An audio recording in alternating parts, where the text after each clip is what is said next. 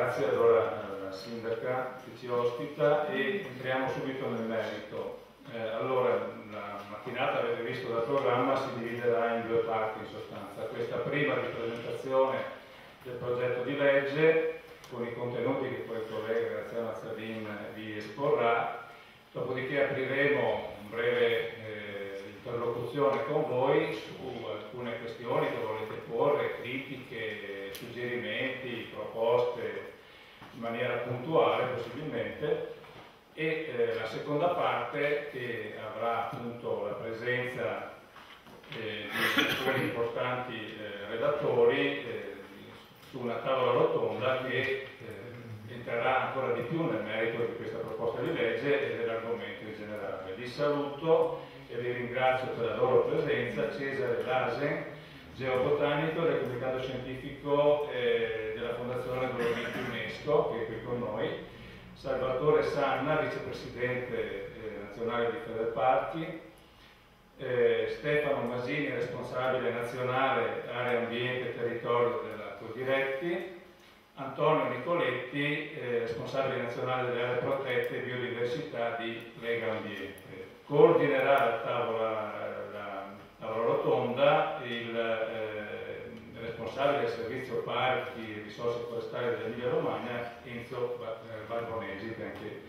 ci ha aiutato in molti passaggi di questa costruzione del progetto di legge.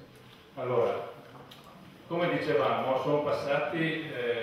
20 anni dal 394 del 91 e sappiamo già che è in itinere un percorso di revisione, una legge quindi ormai datata che ha bisogno di adeguarsi ai cambiamenti che hanno visto nuovi sviluppi in tema di competenze, soprattutto da parte delle regioni su questo argomento, ma anche in tema di rivedere l'impostazione e l'approccio rispetto alla gestione delle aree protette in genere. Per quanto riguarda il Veneto, quindi nel nostro progetto di legge parliamo di sistema delle aree protette, includendo in questo elenco non solamente i parchi, sia regionali sia nazionali, che sono presenti nel Veneto, ma anche tutte le altre aree, i cosiddetti siti Natura 2000, ZPS, SIC, e anche i parchi di interesse locale, ce ne sono tanti in Veneto. La stagione di istituzione dei parchi è iniziata sostanzialmente appunto intorno alla fine degli anni '80 e nel Veneto vede la presenza di una serie di realtà importanti che hanno costituito e costituiscono insomma un'ossatura di una rete che man mano poi si è andata implementando. Partiamo dal Parco dei Colli, che è stato istituito nell'89, seguito poi nel 90 dal Parco della Lessinia, nel 90 sempre di seguito il Parco delle Dolomiti d'Ampezzo, nel 91 l'ente parco del Sile, che appunto ci vede qui presenti oggi, e infine, ultimo ma non meno importante, il parco del Vette del Po nel 97. Questa è la rete primaria, diciamo, dei parchi del Veneto. A questo si aggiunge il Parco Nazionale delle Dolomiti Bellunesi che, come sapete, è stato istituito nel 93. Questo sistema dei parchi occupa una superficie importante del Veneto, sono 88.000 e più ettari di superficie che sono stati gestiti, diciamo così, in maniera non sempre idonea. I limiti di questa gestione li vediamo, li avete visti, e proprio per questo la necessità di arrivare a un progetto di legge che si ponga come punto di riferimento, come coordinamento di tutte queste realtà, credo che sia nelle aspettative insomma, del Veneto in generale, degli amministratori, ma non solo, anche della cittadinanza del Veneto. Alcune parole chiave del progetto di legge tesi che abbiamo predisposto. Allora, innanzitutto va coniugata il tema della conservazione della biodiversità come punto di riferimento centrale. Sappiamo che negli ultimi anni sono uscite direttive nazionali, ma soprattutto europee, che danno gli assi di riferimento per quanto riguarda la conservazione della biodiversità, e la strategia che deriva da queste direttive europee e nazionali ve la riassumo in alcuni punti che sono trovati anche nel progetto di legge nella parte introduttiva. Dice il Consiglio europeo, appunto, nella strategia europea per la biodiversità: piena attuazione della normativa europea vigente in materia di protezione della natura e della rete di aree naturali protette, Natura 2000, per migliorare lo stato di conservazione di habitat e di specie. Secondo punto, migliorare e ripristinare gli ecosistemi e i servizi ecosistemici laddove possibile, in particolare aumentando l'uso delle infrastrutture verdi.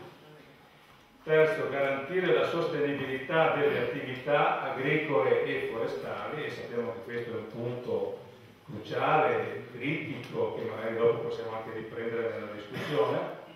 Salvaguardare e proteggere gli stock ittici dell'Unione Europea e in Veneto, in particolare tutta l'area, diciamo, costiera, e i parchi che si affacciano e le aree protette che si affacciano all'area costiera, credo che sia una risorsa importante che può garantire questo obiettivo. Quinto punto, contenere le specie invasive sempre più spesso a causa della perdita di biodiversità nell'Unione Europea. Faccio solo un esempio che magari poi verrà anche citato, penso. Il tema dei cinghiali del Parco dei Colli, giusto per fare un esempio, capite che è un argomento che va affrontato in maniera anche concreta e per quanto possibile risolutiva, per evitare che questa coesistenza possa, appunto, da una parte inficiare questo obiettivo, dall'altra produrre anche dei danni oggettivi alle colture. Infine, ultimo ma non ultimo, obiettivo importante, aumentare il contributo dell'Unione Europea all'azione concreta e concertata internazionale per scongiurare la perdita di biodiversità. E il contributo molte volte si traduce anche in risorse economiche concrete da poter mettere in atto per questa strategia. Ecco, da questo quindi è partito un po' lo sviluppo della nostra proposta di legge. Ci siamo trovati in una prima fase internos, poi abbiamo allargato via via a cerchi concentrici le consultazioni. Abbiamo già incontrato i rappresentanti delle sezioni naturalistiche, per la verità non tutti, ma altri sono presenti anche oggi e altri potremo incontrarli in un secondo momento. Le organizzazioni di categoria, i sindacati che in particolare hanno a che fare con il sistema delle aree protette. Abbiamo invitato oggi, quindi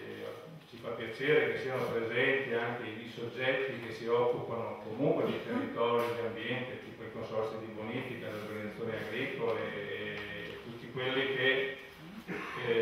vedono in questo sistema delle aree protette il lavoro quotidiano, ma anche una possibilità di sviluppo per il futuro. Quindi il termine tutela coniugato in senso positivo e propositivo. Il termine tutela è visto con un approccio multidimensionale, multidisciplinare, che coinvolge non solamente la parte, diciamo, strettamente ambientale, ma anche la parte agricola, appunto, quindi il sistema delle politiche agricole e della pesca, il sistema del turismo. Sappiamo benissimo i dati dell'SVG, l'anno scorso c'è stato un convegno regionale proprio dove sono stati presentati, dicono in maniera chiara che c'è un aumento di afflusso turistico nelle aree protette, nel sistema delle aree protette, e questo va colto come segnale e gestito in maniera sapiente e coerente. Non ultimo, lo ricordava prima anche la sindaca, l'aspetto culturale, formativo e quindi tutto lo sforzo che possiamo fare per aprire questo patrimonio culturale, di conoscenza della natura, alla formazione, quindi al sistema scolastico, al sistema appunto della ricerca e dell'innovazione. Infine il tema urbanistico, l'aspetto più strettamente urbanistico, croce edilizia del sistema parchi. Sappiamo bene che sotto questo profilo, anche nel Parco del Sile dove siamo, ma in altre realtà, si presenta come un punto critico. Noi abbiamo un sistema regionale di regole, chiamiamole così, insomma, dell'urbanistica, che si interfaccia con le cosiddette regole ambientali di tutela, e non sempre questa interfaccia è lineare, coerente. A volte ci sono sovrapposizioni di competenze o conflitti di competenze che trovano situazioni che per anni magari si trascinano nella decisione o indecisione, e non sempre, insomma, questa interfaccia ha dato risultati positivi. Anche su questo è bene, magari poi sempre nel dibattito, anche nella tavola rotonda, tornarci con ulteriori sviluppi da inserire nel nostro testo che abbiamo proposto. Noi sappiamo che il sistema parchi, il sistema aree protette è una risorsa che non può essere che l'approccio sia verticistico, accentratore nella gestione di queste risorse, di queste realtà. E quindi il coinvolgimento diretto delle realtà locali, degli enti locali, credo che sia un presupposto indispensabile. Abbiamo visto la settimana scorsa a Palazzo Ferrofini la presentazione, il deposito della proposta di legge che arriva dai sindaci del Parco dei Colli e che in sostanza sottolinea un aspetto che troviamo anche nella nostra proposta di legge, cioè quella di dire: noi vogliamo essere protagonisti del nostro territorio, non vogliamo regole calate dall'alto che ci mettono in croce, che non offrono ulteriori margini, diciamo, di responsabilità anche a noi che siamo sul territorio. Questa filosofia, questo approccio l'abbiamo sposato in pieno, addirittura l'abbiamo anticipato e in qualche modo entra nel nostro progetto di legge. Concludo per lasciare poi la parola a Graziano, per dire che la tappa del percorso di formazione di un nuovo progetto di legge di riforma ci vede oggi qui riuniti, ha già degli elementi, citavo prima la revisione della legge quadro nazionale della 394, ma anche sul livello regionale c'è un progetto di legge presentato dalla Giunta che risente di quella visione un po' centralista che citavo prima e che secondo noi va corrente. Ci sono delle cose anche positive, ma su tante altre, insomma, forse l'assessore si aspettava da noi alcuni emendamenti, in realtà vogliamo sorprenderlo perché presentiamo un progetto di legge, dopodiché, come tutti i progetti di legge che si occupano della stessa materia, arrivano in commissione, è già stato quello della Giunta assegnato in sede referente alla seconda commissione urbanistica e parchi, perché si occupa anche di parchi la nostra commissione urbanistica,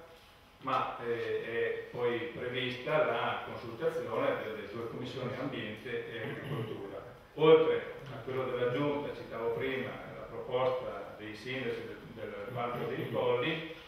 e ci sarà la nostra proposta. Non so se nel frattempo ne arrivino altre. Auspichiamo che ci sia un percorso di sintesi,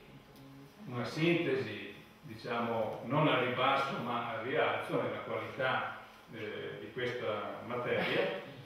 Auspichiamo che ci sia da parte di tutti la disponibilità a sciogliere questi nodi che prima in maniera molto sintetica citavo e che poi vedremo anche sviluppati nel